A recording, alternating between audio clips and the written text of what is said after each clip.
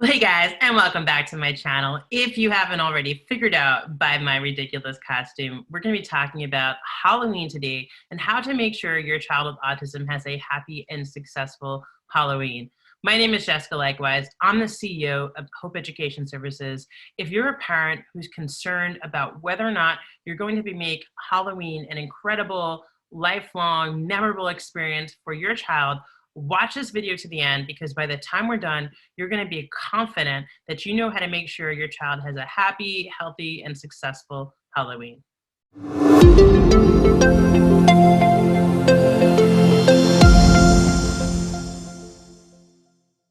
Hey guys, and welcome back to my channel. Like I said, if you don't know who I am, my name is Jessica Leichtweisz. I'm a board certified behavior analyst, and I have 13 years of experience working with kids with autism. Today we're going to talk a little bit about Halloween. Halloween was one of my favorite holidays as a child. If you enjoyed Halloween when you were a kid, just type yes, I did in the comments below. Maybe type in your favorite Halloween candy. So I want to see everyone's favorite Halloween candy. I'm gonna let you get in on a little secret. I actually don't eat candy. I don't like anything sweet. Now, I will shamelessly eat an entire bag of kettle chips, so it's not that I'm sitting on my high horse that I don't eat candy. I'm too good for that. No, that's not it. I just really don't like sweet stuff, which is super weird. So I'm more of a salty person, but most people do like candy. So type your favorite candy in the chat below. We're gonna talk a little bit about how to make Halloween healthy and happy for your kids. Now, I did something on the last 2 years about Halloween. Last year, my perspective really changed on Halloween for kids. You know, years ago, I would tell you that we're gonna start off teaching your kids to participate in Halloween early, and no matter what, we're gonna get them to do this. We're gonna teach them to wear the costume. Who cares if they like it? Who cares if they don't like it? It's Halloween, they have to do it, right? Well, then what happened is I started working alongside autistic adults to publish a book called This is Autism. If you want to, I'll put a link to that book below if you want to check it out. But basically what I did is I wrote a book, or I compiled a book written by autistic adults where they talked about what autism was and what it meant to them. And one of the things we did is we did different videos, and I would ask autistic adults questions, and there'd be a panel of autistic adults. Well, last year we put a video out about Halloween. If you want to check out that video, it's right here. And what I did is I asked everyone in that video to give their best advice for parents on making Halloween healthy and happy for your kids. And that was a weird year because we're in the thrust of COVID last year. Most places were still pretty shut down. It's hit or miss today, right? There are still a lot of places that are really super shut down, but a lot of kids are going to get to participate in Halloween this year. So here's the thing. You know, when I think about my memories in Halloween, I think about, loving going trick-or-treating. I think about loving to put on a costume. I mean, it was so much fun for me. And if you want to make Halloween special for your kids, chances are you really had a good Halloween experience too.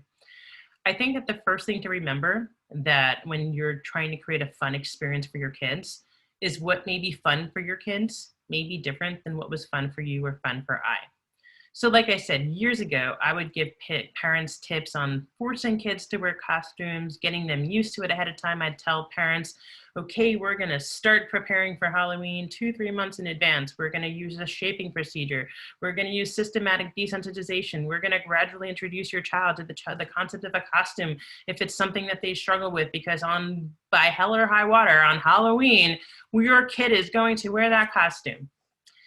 But what if by doing that, you're taking away from them the joy of Halloween, like you and I had it? Could their Halloween look slightly different and have the same beautiful experience you and I had? So the first piece of advice I have to give to parents is to meet your child where they are. Make sure that you're being respectful of their wishes and you're thinking about what's going to be most fun for them rather than what's conventionally most done on Halloween. I have kids I work with that are autistic that absolutely love Halloween. I mean, they tell me on November 1st of the following year, right, what they're gonna be next year for Halloween, and they like always remember it. All year, it's like the same thing. I had a kid who on October 31st, one year he was a banana, and the next year he's like, I'm gonna be a taco next year. And every month he would remind me, I'm gonna be a taco for Halloween this year. And I like thought for sure it would change, but Halloween came around and he was a taco. He picked it out literally the day after Halloween, and he just remembered it and thought about it all year long. And then I have kids I work with who they do not want to wear a costume. They have sensory issues. Something about it bothers them. Maybe they just don't like it. Maybe it freaks them out. And if you force them to wear that costume, they're not going to have a great Halloween. It's going to ruin their Halloween for them. So be respectful of what a child's needs are. As a parent, you may have to grieve that you are not going to get to have the experience with your child that you wanted to have in terms of what it looks like. But if you're respectful to your child and you put their wishes first, you'll still have a really amazing experience. You know, instead of putting a costume on, like I said, I put out a video a few years ago. I did take it down, but if you still found something that online, another person said it, or maybe you find the old video I made that said somewhere, you know, we're going to teach your child months in advance to wear a costume. You don't really need to do that. You know, by listening to autistic adults, what I've realized is that that's not the best thing to do. Maybe just put them in a t-shirt that has a scarecrow on it, or an orange t-shirt, or a skeleton on it, whatever works for them. Be respectful of their needs.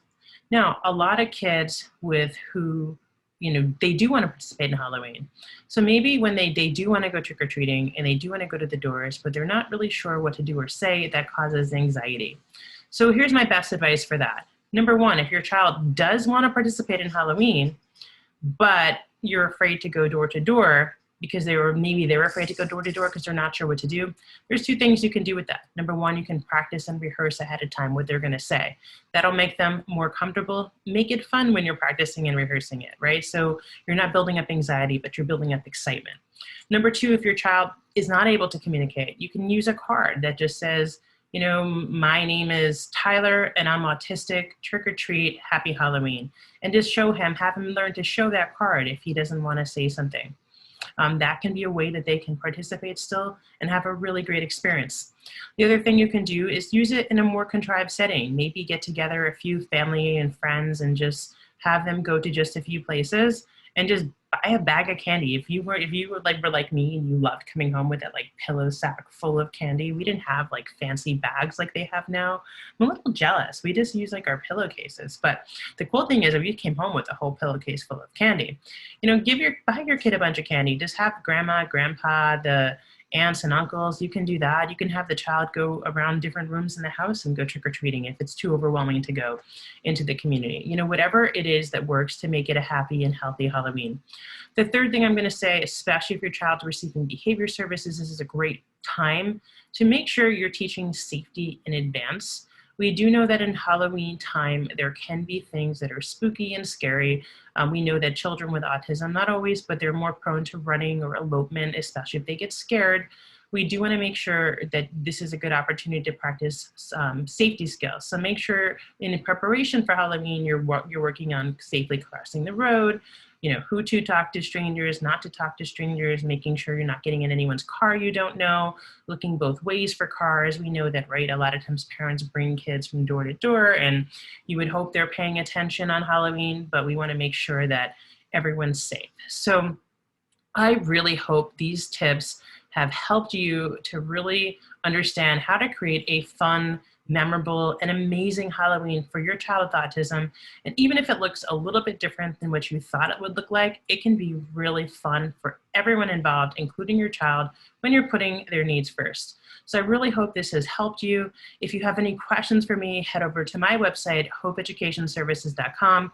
I make videos almost every day. Some are for professionals, helping them study for their exams and BCBAs and learning, but some of them are for parents like this one. I really want to help you to get, help you understand your child. So if you have any questions, any video ideas you have, I'd love to make a video for you.